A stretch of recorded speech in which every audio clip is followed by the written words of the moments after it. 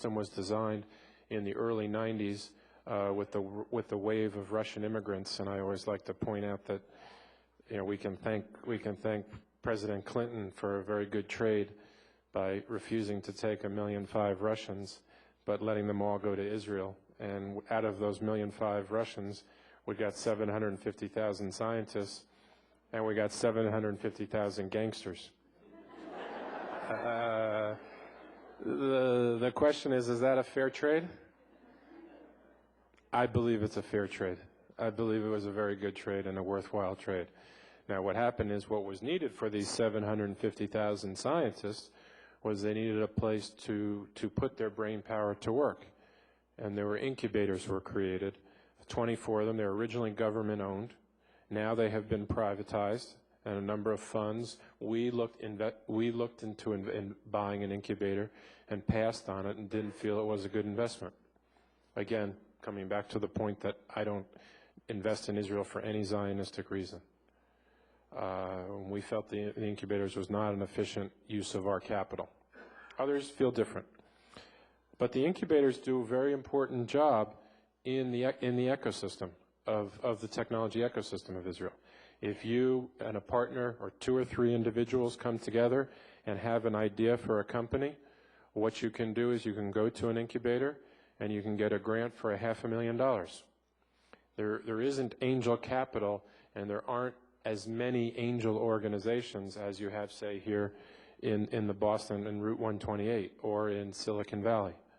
So it's very, the initial bootstrap dollars that the incubators provide, and the money comes from the Office of Chief Scientist, is critical. Now, I will go a little bit into I've talked about some of the threats. I'm going to discuss right now one of the threats. One of the problems of the Office of Chief Scientist is that the budget is nominally growing, but on an inflation-adjusted basis, it's actually declining. And there have been cuts to the Office of Chief Scientist budget that have significant. And I'll jump in with, there is one program called HESNEC, which would have, companies that didn't go into the incubator system would receive, if I put in $1 million, the Office of Chief Scientist would match my $1 million, and so there'd be a $2 million investment in a company, but I would have a call option, if you will, or the return that the government had was capped, and I would get all the profit on top of that cap of a 7 or 8% return. For a venture capitalist, nothing better in the world, because we as venture capitalists can't raise debt and have such leverage. I was ready to prepare to invest in an incremental $5 to probably $10 million on the HESNEC program. Met with the guy who was running it. Lebanon war came along, and the HESNEC program was cut. So, that caused me to say, no, I'm not going to make some of these investments that I might have made if the program was going.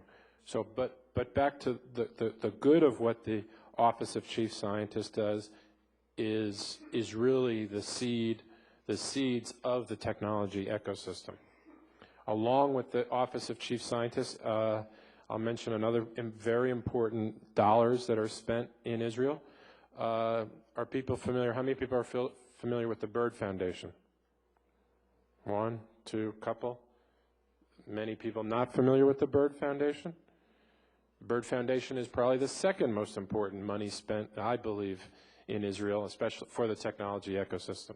The Bird Foundation is by National Research and Development, and there are bird foundations with the United States. How the Bird Foundation works is there are dollars set aside, contributed by both the United States and by the State of Israel, for companies to do work in the United States. I have 2 companies in my portfolio. We've received $1 million grants from the Bird Foundation.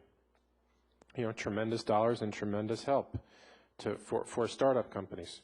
I should also say that I am a unique investor in Israel because I invest very early. I invest in seed companies, in companies that are just an idea or may have a prototype. as opposed to a company that already has, say, $1 million to $5 million in sales. So I invest when there's 0 in sales and maybe there's a first prototype.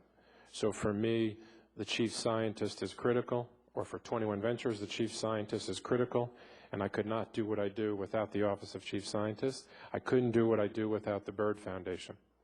So that's sort of number 2 reason why I invest in Israel. Number 3, Nadiv, the Consul General mentioned, is the rule of law. The rule of law is critical. It's a British-based rule of law that's been implemented since 1917. And in venture capital, the most critical asset we have, other than the individuals, is the intellectual property, or the patents, the trademarks, or the trade secrets that each company creates. Now, I have peers of mine who manage money, who run money. They run money in China. They run money in India. They run money, I can't believe they do it, but they run money in Russia. And people say, I live a risky life. I don't get it. But, you know, I made the decision. I traveled around the world. I made the decision that I'm going to invest in Israel as opposed to these other places. And one of the most important components is the rule of law. Now, there again, I'm also going to share a little bit that may not be surprising to you, but this is a threat also. I was on a panel once talking about investing in Israel, and there was a guy, a venture capitalist, who was more experienced than I am. He had been doing this for about 20 years, and we were talking about the cost of doing business in Israel. And he said, well, I've done about 20 deals in Israel, and I've done about 20 deals in the United States in my career. And I went back and I wanted to look at the legal fees of each deal and see what the difference was. And anybody take a guess what you think the difference was? I'm sorry? Twice as much in where? In Israel. Why? You're right. You're exactly right. It was twice as much in Israel, but why?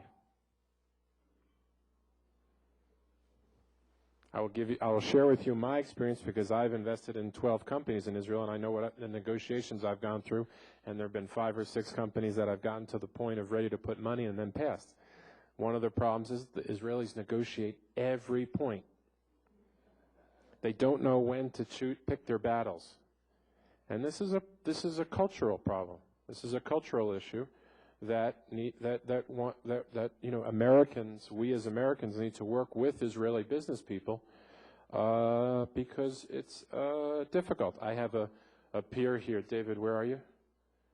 Oh, yeah. I have a peer. I have invested in an entrepreneur in the back who will be speaking, but he's from the United Kingdom, so it was easy to negotiate with David.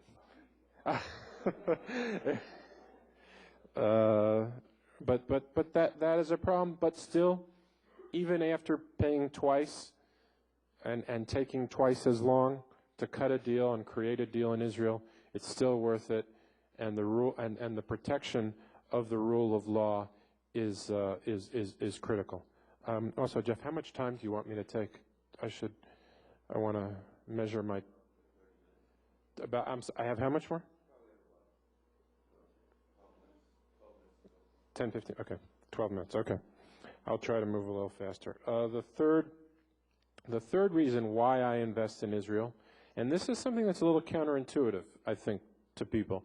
A lot of people say, well, every Israeli joins the military, and every Israeli joins the military, and they're exposed and introduced to the most technologically advanced military in the world.